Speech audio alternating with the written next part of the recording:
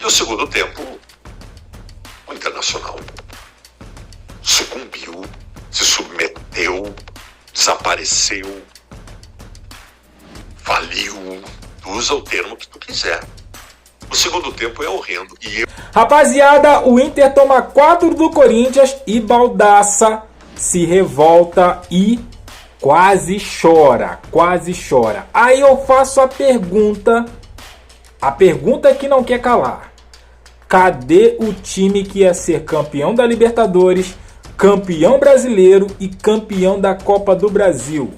Cadê o time que fizeram uma festa quando veio aqui no Maracanã e empataram por 1-1 com o Flamengo? Cadê esse time? Cadê a máquina? Cadê o melhor time brasileiro da atualidade?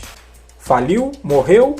Se liga só no que o Baldaça falou dessa partida e do Inter. Se liga. Falamos bastante da arbitragem quando a coisa se torna injusta por um erro de arbitragem. Eu não vou tornar protagonista o árbitro que errou contra o Inter, é verdade, quando o Internacional faz uma partida horrenda como fez. Aí eu fico constrangido. E a dúvida que eu tenho, e eu acho que é a pergunta que todos os colorados estão fazendo neste momento, é se o Internacional faliu como time. Olha, e sabe o que é pior? O pior é que o Internacional tem sido um eletrocardiograma durante os jogos. Porque daqui a pouco aparecem, bons momentos na partida que fazem a gente imaginar que o Internacional reencontrou o seu rumo, colocou o vagão no trilho novamente e em seguida descamba de novo. Basta que vocês observem os últimos jogos do Internacional. Observem os últimos jogos. O Internacional contra o Nacional do Uruguai toma 3-0 numa fiasqueira tremenda e de repente retoma a condição do jogo, faz um grande segundo tempo e consegue empatar a partida. Contra o Juventude, horrendo em determinado momento, depois retoma a situação de jogo. Mas essa instabilidade não vai levar o Inter a lugar algum.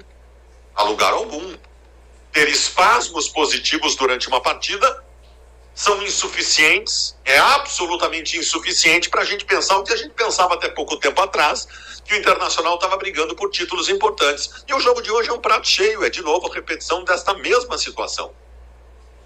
O Roger escala o Inter hoje, não acho que ele tenha errado ao escalar o Internacional num 3-5-2 com o Fernando entre os zagueiros. Acho que fazia parte do processo, pelas dificuldades do jogo, pela característica do adversário.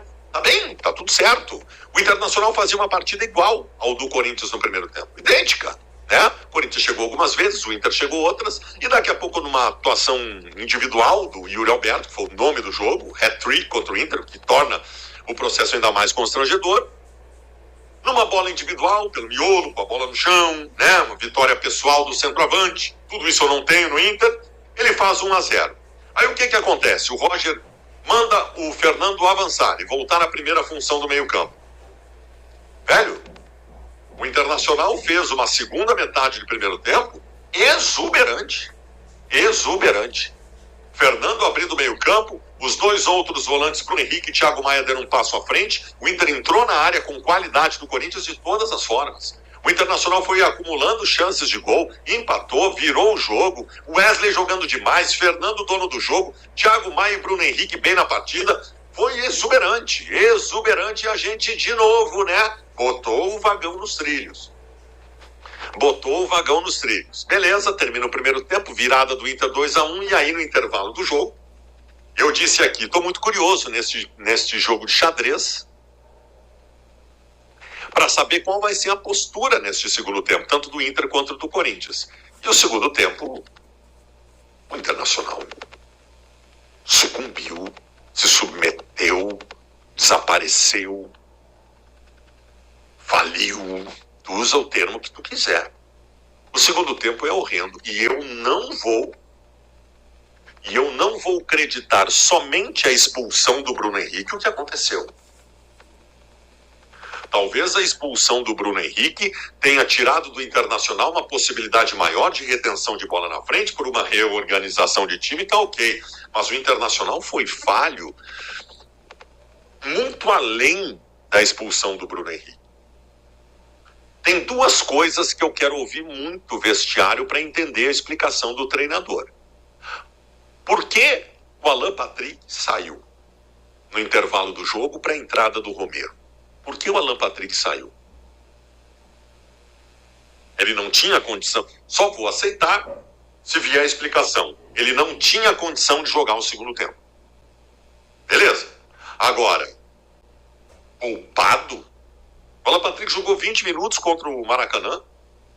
Estava na organização, preservá-lo no segundo. Era só o que me faltava. Eu só vou aceitar se vier a explicação do vestiário que o Alan Patrick não tinha condições de jogar o segundo tempo. Essa é a primeira. A outra. O Bruno Henrique toma o cartão amarelo. O Bruno Henrique é um marcador de meio campo. Contra o Corinthians pressionando, o cara toma amarelo, o risco de ser expulso a qualquer momento está ali. E aí o treinador bota o Ronaldo, volante em campo, e tira o Thiago Maia. E não tira o Bruno Henrique. Mesmo que venha a explicação de que o Thiago Maia sentiu alguma coisa, tá bem, tu substitui o Thiago Maia, mas tu substitui o Bruno Henrique também. Tu tinha o Luiz Otávio no banco, que acabou entrando depois. Então assim, eu tô louco para ouvir essas explicações. Claro, aí depois também tem a imbecilidade do Bruno Henrique, experiente, que foi absolutamente cabaço, tendo já um cartão amarelo, dá uma entrada forte no jogador do Corinthians, né? O árbitro já está pronto para compensar, expulsou. E aí o Internacional passou a viver defensivamente. E mal. Viver defensivamente e mal. Toda bola levantada na área do Inter, os jogadores do Corinthians obtinham vantagem. Toda. Levantou a bola na área, alguém vai cabecear para o gol ou alguém vai escorar de cabeça para alguém fazer o gol. É inacreditável a ineficiência do Internacional na bola aérea defensiva. E olha, tem jogadores altos, tem jogadores qualificados. O segundo gol do Corinthians, segundo ou terceiro, o do Memphis Depay, a bola é cruzada, o Internacional estava com um ônibus de jogadores. Só jogando defensivamente. Já tinha entrado o Luiz Otávio. Tava assim, ó, só defensivo.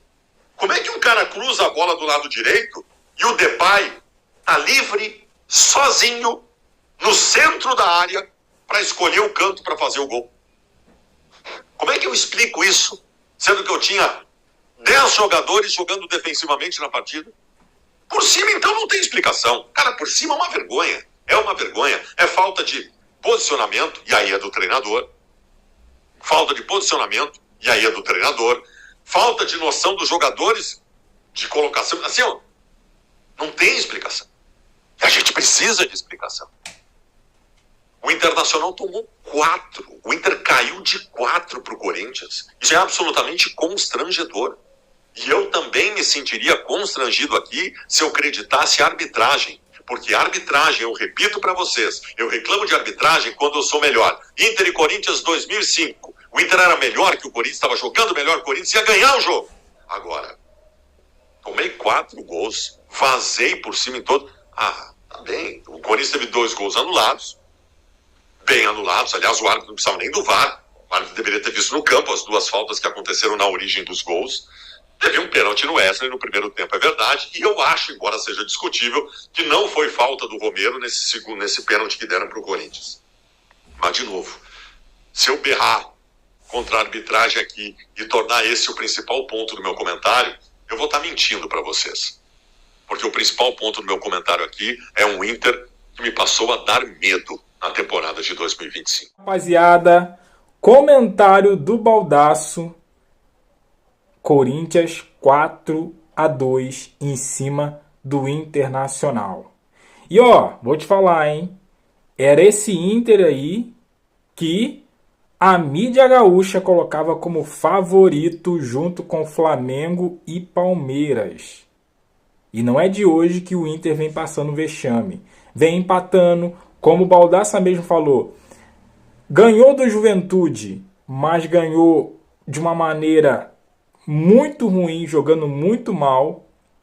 E aí eu te pergunto, Baldassa, cadê aqueles 5 jogadores que você falou que colocaria na seleção do Brasil ou do Brasileirão do Internacional?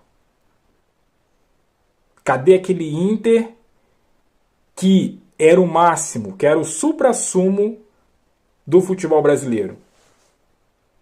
Vocês vieram aqui no Maracanã, empataram com o Flamengo, tomaram um sufoco danado do Flamengo e saíram como se tivesse ganhado, como se tivesse tido uma vitória aqui no Maracanã em cima do Flamengo.